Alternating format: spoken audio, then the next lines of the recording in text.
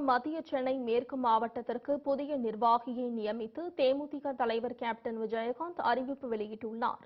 இது தொடர்பாக அவர் விடுத்துள்ள செய்திக்குறிப்பில், தேமுதிக மத்திய சென்னை மேற்கு மாவட்ட கழக பொறுப்பாளராக கு. பாலசுப்ரமணியம் இன்று முதல் நியமனம் செய்யப்படுவதாக குறிப்பிட்டுள்ளார்.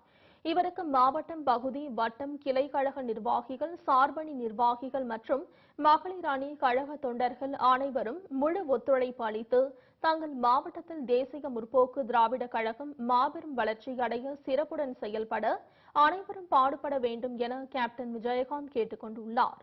அத்துடன் தேமுதிக மத்திய சென்னை மேற்கு மாவட்ட கழக செயலாளர் செந்தாமரை கண்ணன் இன்று முதல் அவர் வகித்து வந்த மாவட்ட கழக செயலாளர் பதவியில் இருந்து விடுவிக்கப்படுவதாக அவர் கூறியுள்ளார்.